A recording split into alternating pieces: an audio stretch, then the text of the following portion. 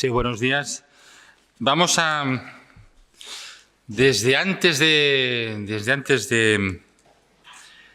verano, que ya no nos acordamos, sabéis que hacemos esos estudios, reflexión, o como queréis llamarle, del Evangelio de Mateo, y desde antes de verano, pues hoy reiniciamos un poco, suavemente, una vez al mes, quizás dos máximo, para no... Ya vamos por el capítulo 22, y si Dios quiere, la semana que viene por el 23 ya vamos terminando, pero el propósito, como todos sabéis, no era hacerlo rápido, en 6 meses ni en un año, sino que, claro, Mateo es un evangelio largo, no es como Marcos, pero claro, tiene 28 capítulos y, bueno, establecimos de que poquet a poquet iríamos pasaje a pasaje ver qué nos decía este evangelio a nosotros.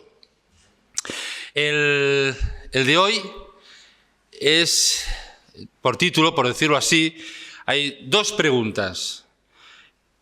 Y en esas 2 preguntas constan el gran mandamiento y la identidad de Jesús. Y por tanto vamos a Mateo 22, Mateo capítulo 22, del 34 al 46. Mateo 22, que es la lectura de este domingo, del 34 al 46, que dice así: Entonces los fariseos, oyendo que había hecho callar a los saduceos, está hablando de Jesús, se juntaron a una. Y uno de ellos, intérpretes de la ley, preguntó por tentarle diciendo: Maestro, ¿cuál es el gran mandamiento en la ley? Jesús le dijo: Amarás al Señor tu Dios con todo tu corazón y con toda tu alma y con toda tu mente. Este es el primero y gran mandamiento. Y el segundo es semejante: amarás a tu prójimo como a ti mismo. De estos 2 mandamientos depende toda la ley y los profetas. Y estando juntos los fariseos, Jesús les preguntó, diciendo: ¿Qué pensáis del Cristo? ¿De quién es hijo? Le dijeron: de David.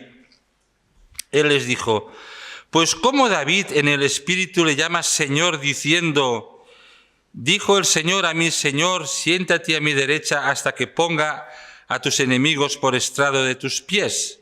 Pues si Dios le llama Señor, ¿cómo es su Hijo? Y nadie le podía responder palabra, ni osó alguno desde aquel día preguntarle más. Hasta aquí este pasaje. Vamos a ver un par de enseñanzas. Hay muchas, pero para reducirlo, que yo considero que son importantes. En los contextos anteriores del 34, para atrás, Jesús se encuentra con el rechazo de Israel a su persona y a su obra.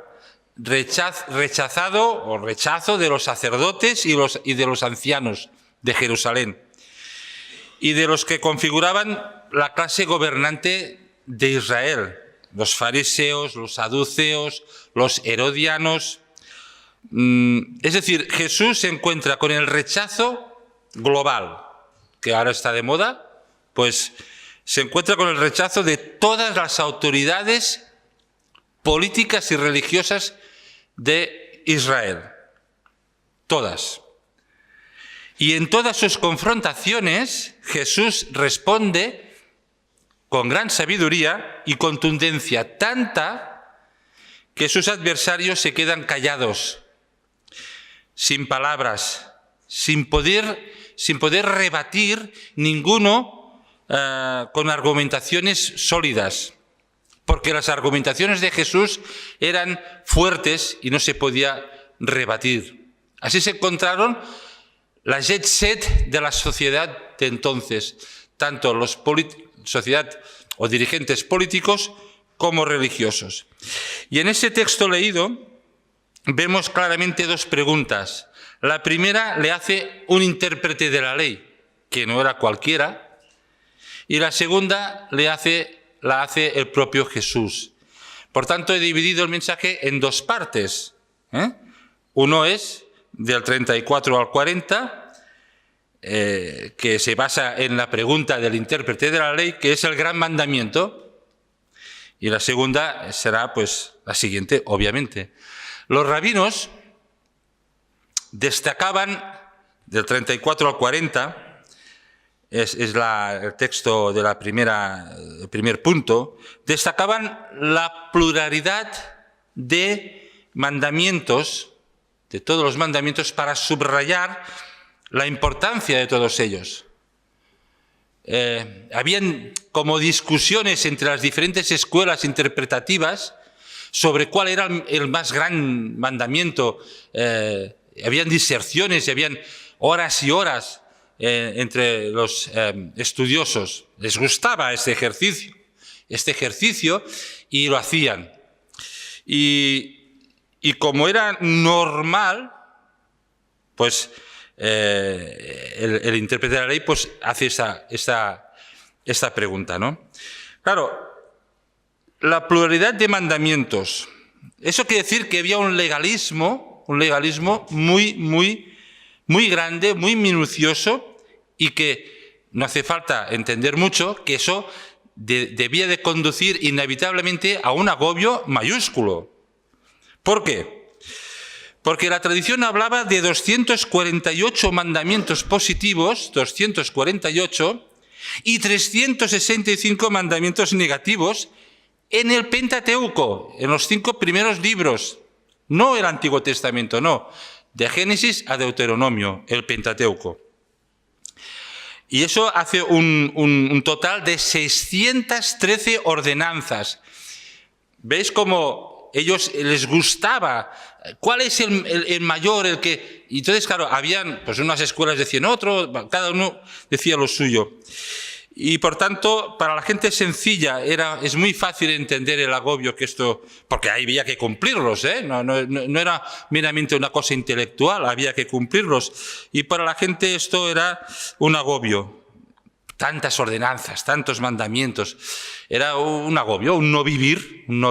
Realmente yo me imagino con tantas ordenanzas en aquel tiempo, pues estaría estresado cada día. Porque no sé si lo que acabo de hacer está bien, no está bien, pero claro, me viene el fariseo de turno y me juzga y me señala con el dedo, entonces claro, yo me siento mal. Pero un intérprete de la ley que seguramente quería hacer méritos delante de la presencia de tanto líder político y religioso que se congregaban en ese momento, tan prestigiosos ellos, tan distinguidos ellos, que ya con su presencia y sus vestiduras ya intimidan, porque realmente entre nosotros no nos intimidamos, pero si aquí hubiera todo el Tribunal Supremo y no sé qué, la Audiencia Nacional y todo el gobierno pues estaríamos como cohibidos, no sé, yo por lo menos estaría hecho un flan, ¿no? Porque, a ver qué digo, porque me pueden enseñar... Bueno, pues esto, delante de esa gran congregación, este intérprete de la ley formula una pregunta a Jesús por tentarle, para ridiculizarle. Fijaos que le llama, versículo 35, maestro. Es decir, él sabe que Jesús no es el Mesías, no es el Cristo, ya lo da él lo tiene collabay, ¿no? Que decimos en catalán, o sea, ya lo tiene por hecho. Le llama maestro. Bueno, pues ya que eres maestro, te voy a hacer una pregunta. De esas preguntas que a veces, no sé, yo he sufrido en mi vida muchas preguntas y dices, uy, parece una pregunta normal, pero ojo que es una pregunta trampa para ridiculizarme, para ver si el Albert es tan listo como se piensa, o ahora verás cómo te voy a hacer una pregunta trampa para ridiculizarte. A veces a mí me ha pasado esto, claro, me pone muy en guardia, ¿no? Porque no es una pregunta sincera. Eso se palpa, eso se ve, esto se oye, esto creo que todos nosotros hemos tenido alguna vez esta sensación. Pues bueno, este intérprete de la ley dice, versículo 35, maestro, ¿cuál es el gran mandamiento de la ley? Ahora espabila, porque hay 613. A ver lo que nos vas a contar. A priori la pregunta era muy difícil, porque entre ellos no se ponían de acuerdo tampoco, y había que escoger una respuesta clara y contundente. ¿Cuál escoger? de entre los 613. Pero la respuesta de Jesús siempre es fácil, sencilla, y además les dice algo que ellos lo recitaban cada día. Vamos a ver Deuteronomio 6, 4 y 5. Deuteronomio 6, de hecho es el 5, pero es el 4 y el 5. Deuteronomio capítulo 6, 4 y 5, que es el Shema. No sé si os suena esta frase. Oye Israel, Jehová nuestro Dios, Jehová uno es. Y ahí viene el 5. Llamarás a Jehová tu Dios de todo tu corazón y de toda tu alma y con todas tus fuerzas. Es el que tenemos aquí en Mateo en el versículo 37. Lo único que cambia es que en vez de decir con todas tus fuerzas, aquí dice con toda tu mente. ¿Por qué? Porque Jesús usa la versión común en aquel tiempo, que era la Septuaginta. Entonces, es lo mismo. Es como, no sé, nosotros tenemos unas Biblias y ahora con el YouVersion, pues quizás a alguno le gusta más otra versión y no tanto la Reina Valera, o sí o no, eso ya depende de los gustos, pero dice lo mismo, es otra versión. Entonces, lo común en aquellos tiempos de Jesús mismo, cuando cita el Antiguo Testamento, siempre cita la Septuaginta, siempre, siempre. Entonces, aquí tenemos la respuesta. Fijaos que es una respuesta tonta. Bueno, tonta no, es muy hábil, pero que es tonto para ellos, porque la respuesta que les da Jesús es lo que ellos cada día recitaban. Era la oración que recitaban cada día de la parte del Shema, ¿no? Que era usado por todos los judíos en sus oraciones cotidianas. Entonces aquí un paréntesis. Abro un paréntesis. ¿Qué aprendemos de eso? ¿Qué aprendemos? ¿Qué puedo aprender yo de eso? O sea, que cuando yo leo este texto, a mí lo primero que me vino más cosas, pero lo primero que me vino, para mi aplicación personal, es que la repetición diaria de un versículo que tenemos memorizado no sirve. Ni un versículo, ni un pasaje, ni un salmo, no sirve absolutamente para nada, de verdad, si no hay una consagración a Dios en nuestras vidas. Porque ellos conocían muy bien. Los judíos recitaban el Pentateuco de Génesis hasta Deuteronomio, palabra por palabra, y más cosas del profeta y el resto de Salmos, el resto del Antiguo Testamento. Palabra por palabra. Es un reto. Yo creo que hay que ser judío para hacer eso, porque es que yo no sería incapaz. Y más con mi poca memoria. Pero ellos estaban acostumbrados a eso.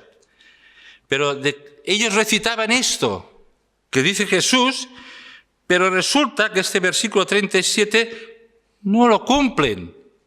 Lo sabían, pero no lo cumplían. No lo cumplían, porque si lo hubieran cumplido, sabrían quién es Jesús y no le llamarían maestro.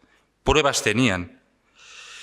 Por tanto, aprendo que la repetición diaria de un versículo, de un pasaje, que está muy bien, me ayuda, pero si no, a cambio, no va acompañada de mi vida cristiana correcta, tal como Dios quiere, ¿de qué me va a servir?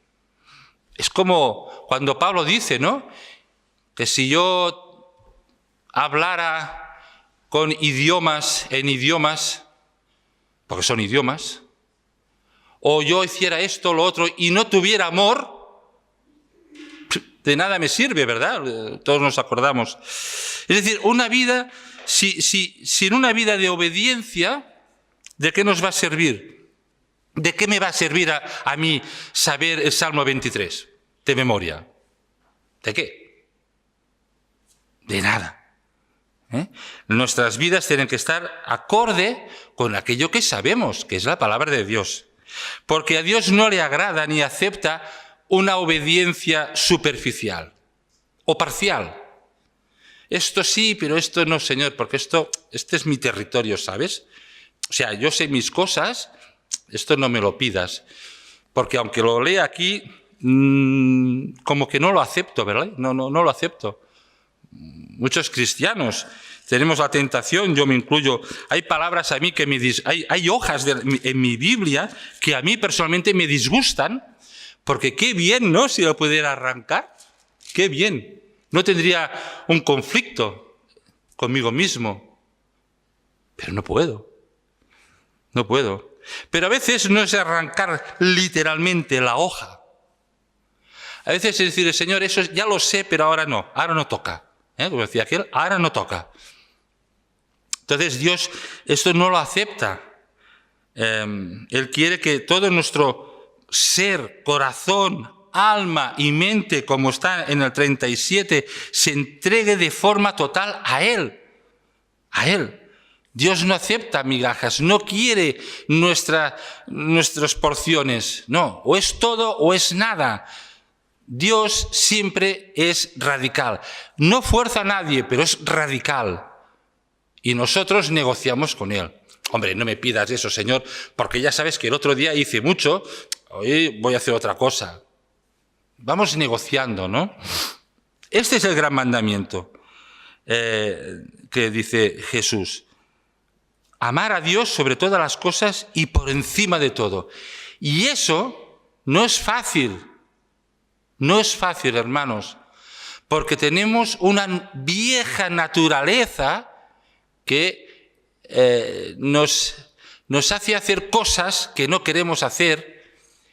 Y bueno, como Romanos 7, ¿no? El mal que no quiero hacer, eso hago. O sea, hay un conflicto interno, todos tenemos ese conflicto interno. Por eso es un mandamiento.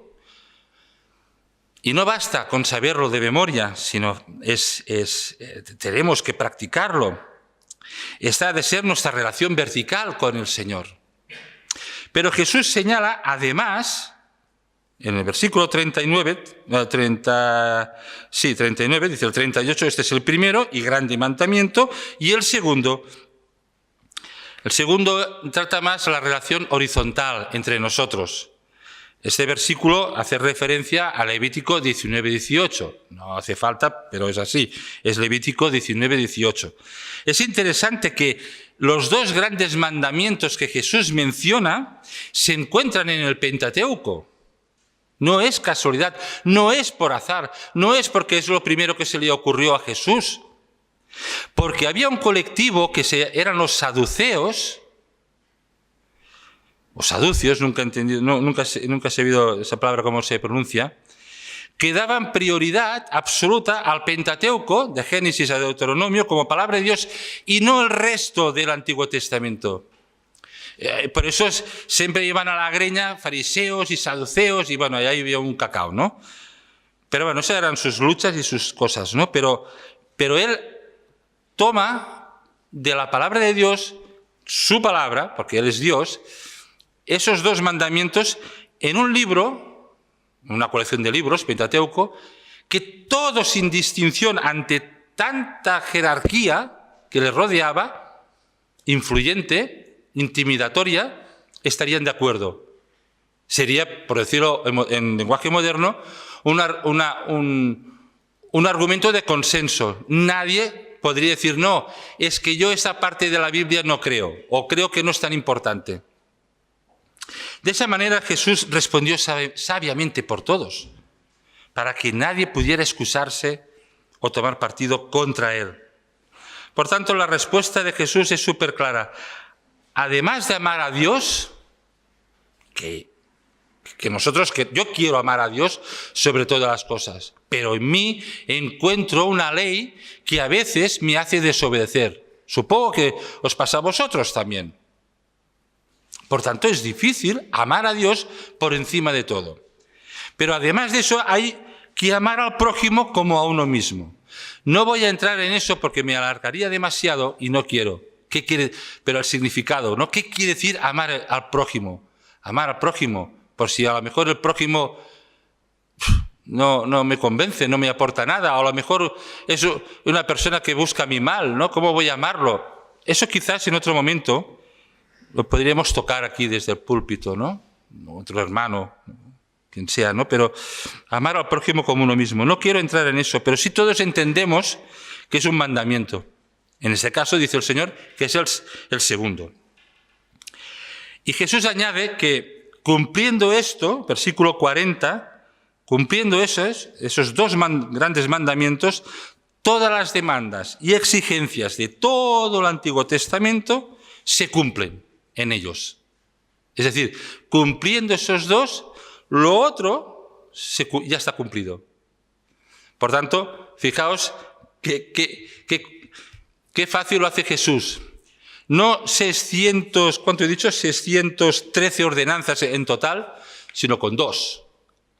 Bueno, eso ya es más manejable. A ver, tienes que cumplir 2 mandamientos. Bueno, ya no me produce agobio. Sé de la dificultad que tiene cada uno de ellos, por supuesto que sí. Pero no son 613. Me tengo que centrar solamente con 2. Y esto, para mí, es importante. Importante también entender que aquello que sé de memoria, que conozco de la palabra de Dios, no me tengo que conformar en eso, sino tengo que llevarlo en la práctica o a la práctica. Y también es muy difícil. Pero es que, como decía yo a un hermano hace poco, es que estamos en todos, aquí no se salva nadie, estamos en la escuela del Señor. Todos estamos aprendiendo, todos, da igual que haga 2 años que te hayas convertido, o haga 40 años o 50 años que te hayas convertido. Todos estamos aprendiendo. Por tanto, esa es la primera parte, el primer punto, el gran mandamiento. Sabio, Pentateuco. Nadie podía decirle que nada sobre ese mandamiento. Pero claro, ahora vamos por el segundo, porque Jesús, diciendo eso muy claro, lo que hace ahora es formular una pregunta, porque quiere trasladar el foco de la atención no en la ley, no en los mandamientos, sino lo quiere focalizar hacia Él. ¿Por qué quiere focalizar el tema hacia Él? Porque Él es Dios. Y si no miramos a Dios, no vamos a acertar ni una. ¿Cómo va a ser nuestra vida si no miramos a Dios? Hemos de mirar a Dios. Por eso Él traslada, es muy hábil.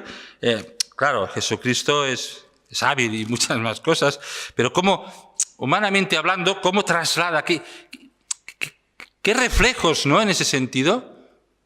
Claro, normal. Estamos hablando de Jesús de Nazaret, no de un maestro, como alguno pensaba.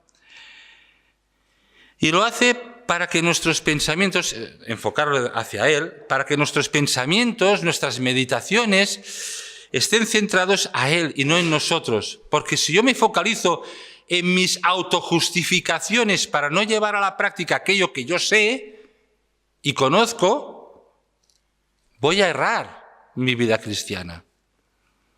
Entonces, me tengo que concentrar en Él, no en mí.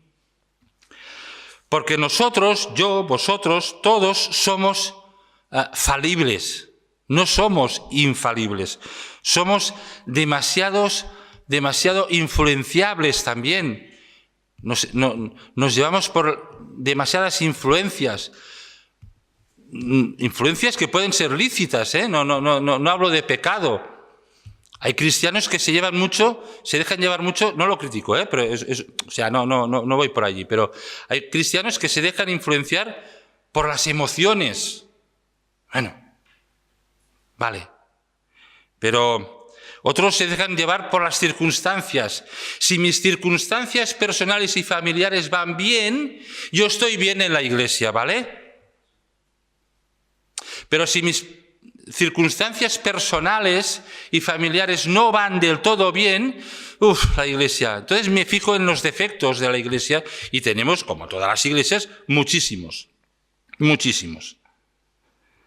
Porque nos estamos focalizando hacia nosotros o nos dejamos influenciar por demasiadas cosas que nos impiden ver a Jesucristo, que es el único que debemos de poner los ojos fijos en Él. Por eso Jesús hace ese giro, ¿no?, en su argumentación. Jesús quiere que la gente piense que eso que hay aquí es para pensar. Me acuerdo cuando mi hijo David iba aún en P3, P4, P5.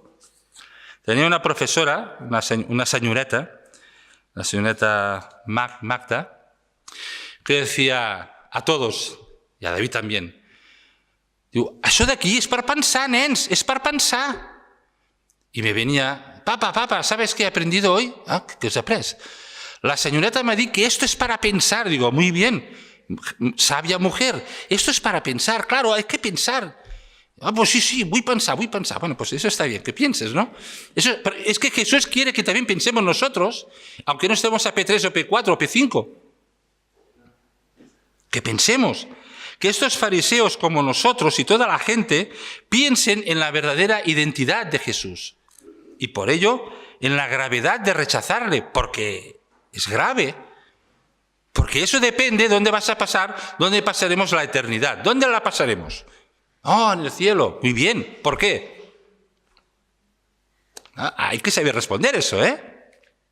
Hay muchas respuestas, pero todas tienen que ser claras. Cada uno tiene la suya, pero tienen que ser claras, concretas. ¿Por qué piensa Dan Adrover que va a ir al cielo? Fíjate. ¿Por qué? ¿Porque lleva bufanda? No. Bueno, también, sí. Pero, ¿me entendéis lo que quiero decir? Es así el tema, ¿no? ¿Por qué?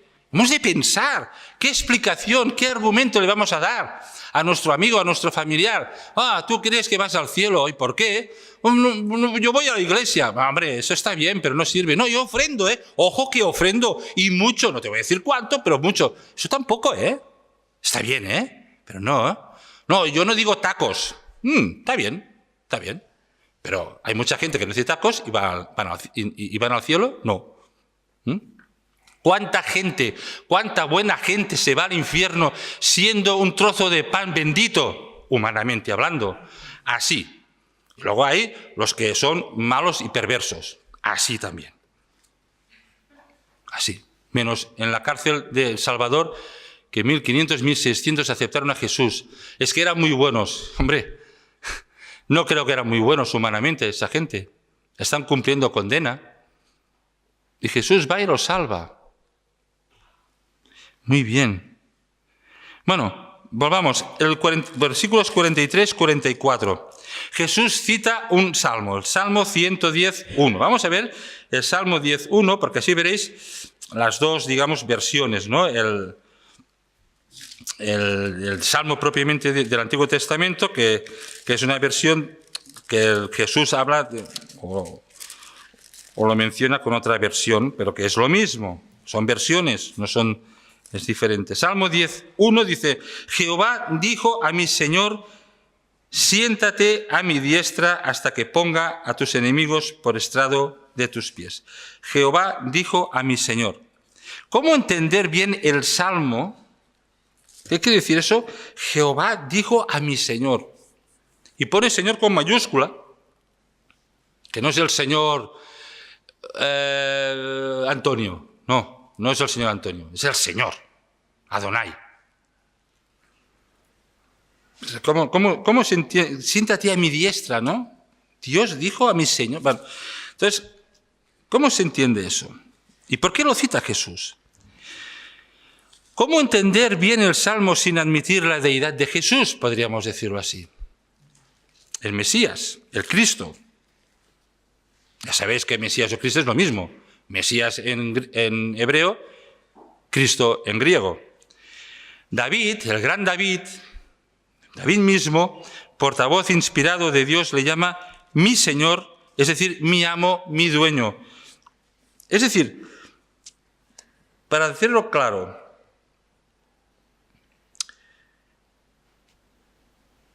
Cristo estaba tratando de hacer ver a los fariseos que el hijo de David, el Mesías, era también el Señor de David.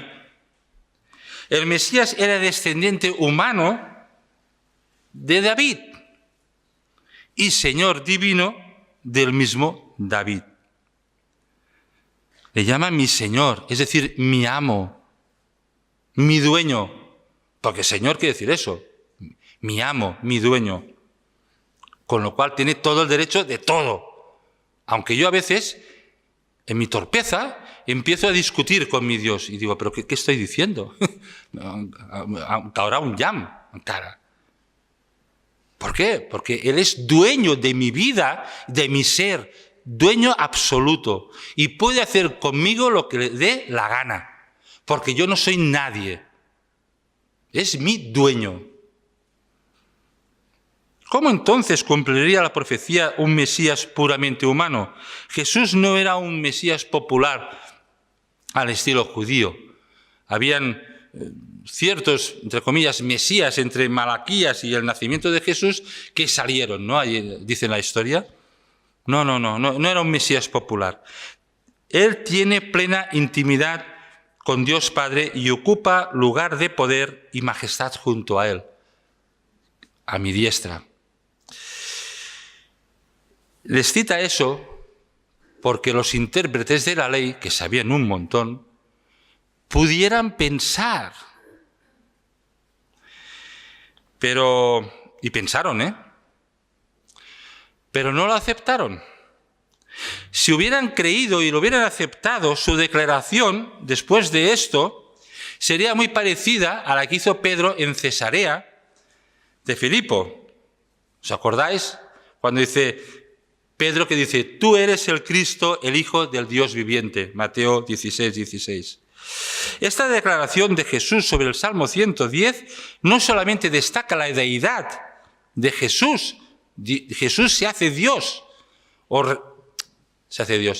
Se revela como Dios delante de esa gente. Dice, yo soy el Dios encarnado. Sino que además, si leyésemos todo el Salmo 110, y ellos sabían de memoria, lo he dicho antes, todo el Antiguo Testamento, de memoria, que es una pasada, pues sabían también que no solamente hablaba de su propia deidad, sino también de su triunfo sobre el pecado y la muerte. De eso habla 110.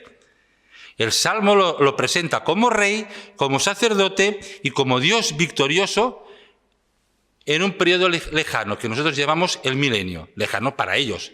No lo sé, eso no voy a entrar en escatología, pero para ellos aún era muy lejano, el milenio. Si los fariseos, la gente, le rechaza, serán parte, o como lo rechazaron, evidentemente, serían parte de los enemigos puesto por estrado de sus pies. Versículo 44, si queréis aquí ya Mateo, hasta que ponga a tus enemigos por estrado de tus pies. ¿Quiénes son los enemigos de Dios? ¿Quiénes son los enemigos de Jesucristo? Todos aquellos que rechazan a Jesucristo. No al violador, no al estafador. Bueno, claro, al violador, por supuesto que sí. Pero no pensemos solamente en la gente malvada, que eso ya lo sabemos. Sino en la buena gente, humanamente hablando, en la buena gente que hay en este mundo. Si lo rechazan, esa buena gente son enemigos de Dios y los va a poner por estrado de sus pies. Y cuando dijo esto, ya concluyo, ¿qué pasó? ¡Ay, sí, es verdad! Nos hemos dado cuenta, ahora sí que lo veo. Oye, eres el Mesías, qué torpeza la nuestra. Nos has mencionado el Salmo, nos has mencionado los 2 mandamientos en el Pentateuco, con lo cual era una respuesta un argumento de consenso, porque todo el mundo lo admitía, incluso los saduceos. No reconocieron el señorío del Mesías, aunque sí es verdad, nos dice el versículo 46, que nadie le podía responder palabra. No había argumentos sobre esto. Fijaos qué dureza de corazón. Sí, reconozco que tienes razón, pero no te acepto como mi Dios y Salvador, como el Mesías. ¿Cuántas personas conocemos nosotros, de nuestros contactos, por llamarlo de alguna manera, que no niegan que Jesús es Dios encarnado en la cruz y que incluso resucitó, pero aquello que decimos, bueno, es que aún no ha dado el paso, le falta el paso. Muchos, yo tengo gente así. Pues como ellos, no pueden decir que no, pero no lo aceptan. Jesús, el verdadero Mesías, aun siendo en su humanidad linaje de David, era superior al mismo David. ¿Qué es lo que está hablando aquí? Yo soy superior, porque soy Dios encarnado. Todos se quedaron sin cómo responder, cómo contradecirle, nos dice el 46, desde aquel día. Por lo menos estos no sabían ya qué más. Ya no sabían más. Entonces, claro, ya lo único que tenían que hacer ya es ir a matarlo. Vamos a matar a este tío porque nos está aquí hundiendo el chiringuito. Pero no había argumentos. Para finalizar, 3 puntos como aplicación. Nuestro estilo de vida, mío, de todos, nuestro estilo de vida tiene... Nuestra conducta, tiene que estar en consonancia con lo que sabemos de la palabra de Dios. Yo sé que, como en todas las iglesias, hay hermanos que tienen un conocimiento de la Biblia así, o así, o así, depende, ¿no? Da igual. No es una crítica. Pero en el conocimiento que tengamos, no lo que podemos tener, en el que tengamos, aunque sea mínimo, tu vida tiene que estar de acuerdo con este mínimo que tú sabes. Y si sabes mucho, tu vida tiene que estar en consonancia de ese mucho. Nuestro estilo de vida tiene que marcar nuestro carácter en Cristo. 2. El amor entre nosotros no tiene que ser escaso, sino todo lo contrario. Amarnos. Hay una diferencia entre amar al hermano y ser amigo, amarlo y amigo del hermano. Amar a los hermanos hemos de amarnos todos, sin distinción. Amigos, quizás todos no podremos ser amigos de todos, pero es que Dios no nos lo pide tampoco eso. Pero sí amarnos como hermanos. Como hermanos. Es muy importante también, que eso daría para otra predicación. Y en tercer lugar, Jesucristo es nuestro amo. Por eso lo llamamos Señor, ¿verdad? Claro, tenemos una relación con el Señor que le llamamos papá o padre. Papá, bueno, está bien. De hecho, Abba es papaíto, ¿no? Papá. Porque la palabra padre es diferente. Pero Abba es el diminutivo. Está bien. Pero que nunca salga de nuestra mente, de nuestro corazón, que este papá es nuestro amo. Pasa que es un amo exquisito. Fácil de amarlo. Es bueno por naturaleza. Siempre piensa en lo mejor para nosotros. Nos ayuda, nos guarda, nos libera de muchas cosas que ni nos damos cuenta. Aparte de que nos ha salvado a través de su Hijo Jesucristo. Porque Dios Padre no me ha salvado a mí, Jesucristo me ha salvado. Pero eso es la Trinidad. Es otro tema. Pero Padre, claro que me ha salvado en Cristo. Pero Cristo es el que ha ejecutado esa obra. Dios Padre no ha muerto en la cruz.